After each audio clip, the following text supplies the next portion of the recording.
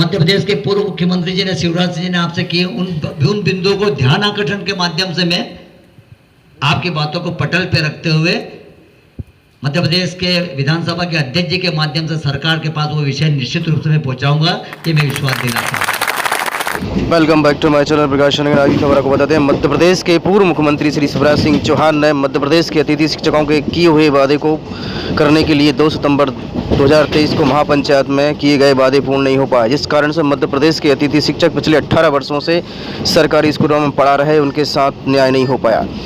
इधर मध्य प्रदेश की सरकार के चुनाव के पश्चात मुख्यमंत्री तो चेंज हुए, किंतु सरकार चेंज नहीं हो पाई। मध्य प्रदेश की लाडली बहनों के लिए 10 तारीख को पैसे आते रहे। इधर मध्य प्रदेश के अतिथि शिक्षकों की सैलरी पिछले 4 माह से वेतन प्राप्त नहीं हो पाया।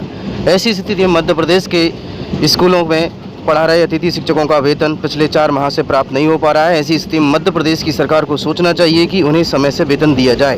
पूर्व मुख्यमंत्री श्री शिवराज सिंह चौहान के किए हुए वादे को पूरा करने के लिए शाजापुर जिले के विधायक ने कहा कि हम पूरे आपके वादे कराएंगे।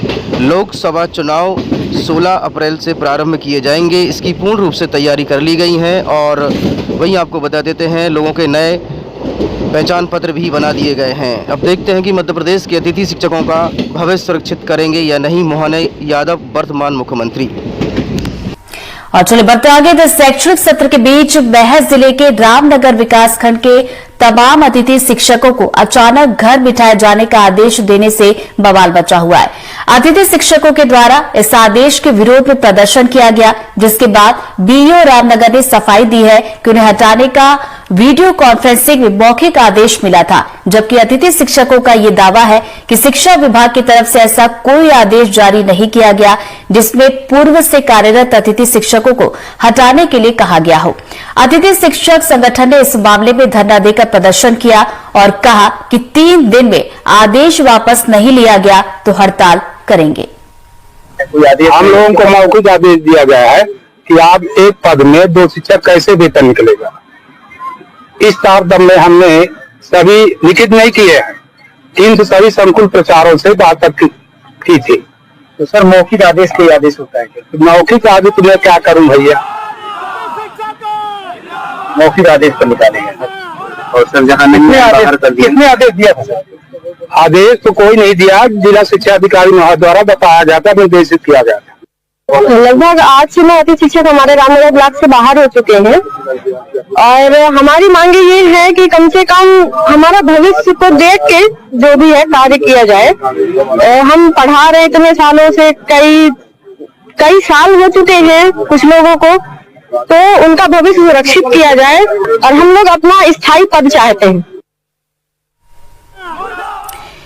तो देखिए, अतिथि शिक्षक नाराज है और उसके बाद उनकी तरफ से धरना प्रदर्शन किया गया। तो 3 दिन में ही आदेश वापस लेने की मांग उनकी तरफ से की गई है और अगर इस मांग को वापस नहीं लिया जाता तो ऐसे में उन्होंने हड़ताल करने की चेतावनी भी दी है। तो अतिथि शिक्षक संगठन, जिसमें बड़ी संख्या में पुरुष और महिला शिक्षक पहुंचे और उनकी तरफ से ये प्रदर्शन किया गया, नाराजगी जाहिर की गई है अपनी मांगों को लेकर। और चलिए इसी खबर पर ज्यादा जानकारी के साथ हमारे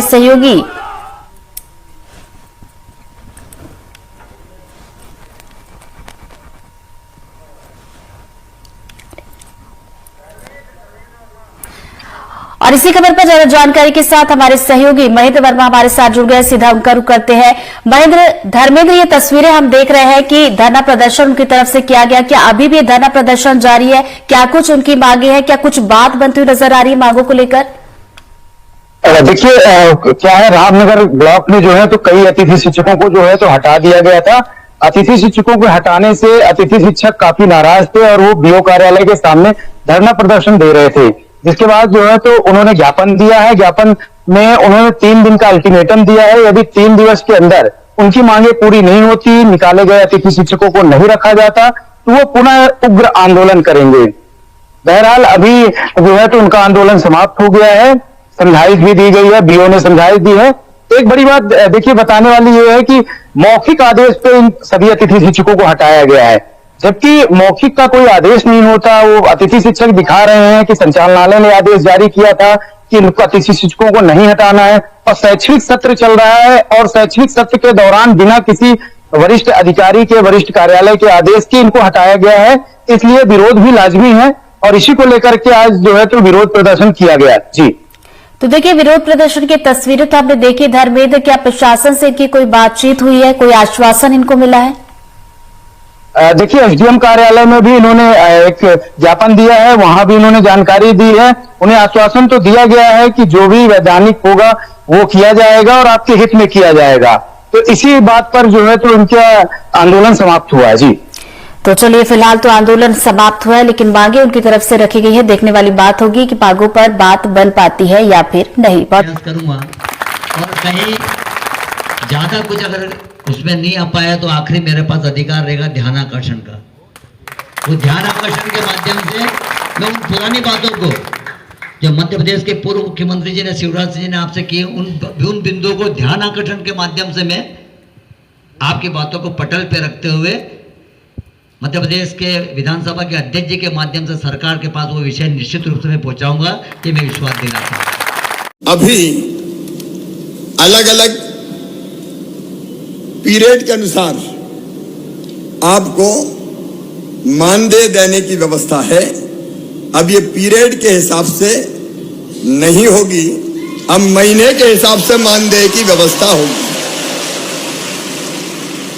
और मानदेय भी जो हम तय कर रहे हैं, वर्तमान जो होता है अतिथि शिक्षक वर्ग 1 9,000, इसके स्थान पे 18,000 रुपया दिया जाएगा। अतिथि शिक्षक वर्ग 2 7,000, उसकी जगह 14,000 और 3 को 5,000 की बजाय 10,000 रुपया यह मानदेय किया जाएगा। और अभी शायद हर महीने करते हैं अनुबंध, क्या करते हैं साल का, तो अब बीच में कोई भी गैप नहीं होगा। एक बार अनुबंध हो गया तो पूरे साल चलेगा, क्योंकि कुछ समय पढ़ाए वो उस समय करें क्या, आखिर उनकी भी तो जिंदगी का सवाल है। और इसलिए एक बार अनुबंध का मतलब साल भर उनकी सेवाएं चलेंगी। लेकिन इसके साथ साथ अब इस अनिश्चितता के भंवर से निकालने की भी एक परमानेंट कोई योजना बनानी पड़ेगी। और इसलिए हम एक शिक्षकों की भर्ती में अभी तक अतिथि शिक्षकों को केवल 25% का आरक्षण था, अब 50% बढ़ा के किया जाएगा। क्योंकि जो पढ़ा रहे हैं, जो अनुभवी है, वर्षों का व्यवहारिक ज्ञान जिनको है, अगर वो भर्ती होंगे तो मैं समझता हूं कि वो बेहतर ढंग से बच्चों को पढ़ा सकेंगे, बेहतर ढंग से बच्चों को पढ़ा सकेंगे। और ये व्यवस्था अगली भर्ती से ही जैसे होती है तत्काल हम लागू करने का काम करेंगे। और अतिथि शिक्षकों को उच्च शिक्षा विभाग के अनुसार प्रतिवर्ष 4 और अधिकतम 20 अंक बोनस के रूप में ये प्रदान किए जाएंगे, ताकि अधिकतम उनका चयन हो सके, उनका सिलेक्शन हो सके। आप पढ़ाने का काम कर रहे हैं, लेकिन पूरे मान और सम्मान के साथ पढ़ाएं।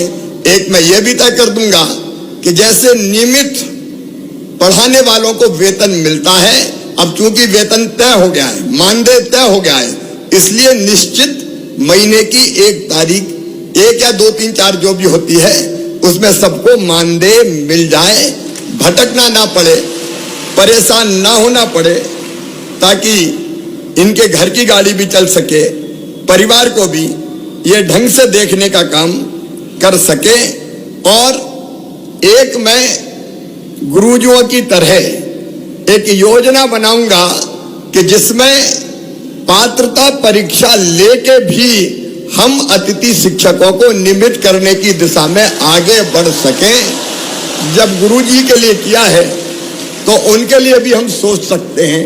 केवल जो आरटीए के अंतर, आपको पता है शिक्षा का जो कानून है आरटीई, उसके अंतर्गत डीएड बीएड वाली जो बाध्यताएं हैं वो हम रिलैक्स नहीं कर सकते, क्योंकि वो केंद्रीय कानून है। लेकिन उसको छोड़ के मेरी इच्छा है कि तुम सब नियमित हो जाओ, ढंग से पढ़ाओ, बच्चों को भी ठीक से पढ़ाओ। और बच्चों के साथ साथ अपने परिवार का भी आप ध्यान रख पाए। तो मैं शाजापुर की पूरी टीम को, यहाँ के जिलाध्यक्ष जी आशीष जी, कपिल जी, जगदीश जी, सभी को धन्यवाद देता हूँ कि आज पूरे प्रदेश में इतना अच्छा कार्यक्रम आपने आयोजित किया। इसी तरीके से आप सभी से आग्रह करता हूँ, मध्य प्रदेश के सभी जिलों में, सभी विधानसभा क्षेत्रों में अतिथि शिक्षक सम्मेलन आयोजित करें। आपके क्षेत्रीय विधायक और मंत्रियों को ससम्मान आमंत्रित करें और ऐसे कार्यक्रम में आमंत्रित करके अपनी दुर्दशा, अपनी पीड़ा से अवगत करवाएं। माननीय मुख्यमंत्री जी ने, माननीय पूर्व मुख्यमंत्री शिवराज सिंह चौहान जी ने 2 सितंबर को अतिथि शिक्षक पंचायत में जो घोषणाएं की थी, वो घोषणाओं के आदेश जारी करवाने के लिए आप अपने अपने विधायकों से, अपने अपने मंत्रियों से आग्रह करें। निश्चित रूप से जब 1-2-4 मंत्री और विधायक अपनी बात को उठाएंगे तो सभी मंत्री विधायक समर्थन करेंगे और अतिथि शिक्षकों के हित में आदेश भी होंगे। हम सबका भविष्य सुरक्षित भी होगा। धन्यवाद।